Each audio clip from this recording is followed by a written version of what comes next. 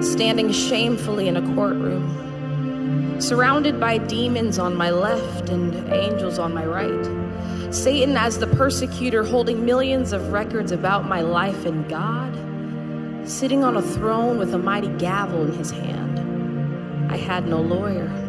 Placed on trial for things such as lying, stealing, and fornication. For this was the beginning of my tribulation, for there was no reason to plead an innocent statement, for all the evidence was sitting right there with Satan. The demons smiled as tears rolled down the judge's eyes, for they clearly knew that now was the hour of my demise.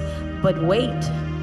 In came a light shining so bright that the demons smiling suddenly jumped with fright. And the man that walked in that night was none other than Jesus Christ.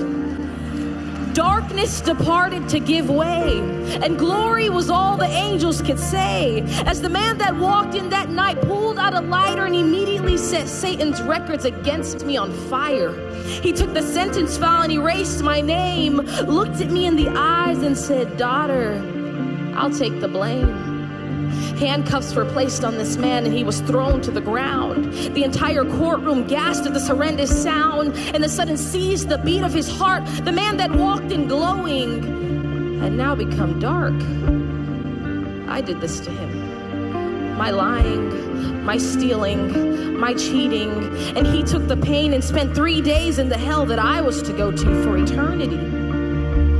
I left the courtroom that day, and there was nothing I could say. I was found innocent, for Christ handled the debt that I was to pay. This type of love is more than you could give to a girlfriend, boyfriend, husband, wife. This man died for me. I owe him my life. And even though my life is not at all worth it, how could you ever trade preference for perfect? See, I gave my life to Christ and suddenly picked up a mop. The lying, cursing, cheating, all that had to stop, because my life had been bought. And it'd be a shame to sit there and do nothing but let it rot. I'm not perfect, and the will to sin hasn't completely diminished from my life. But I believe Jesus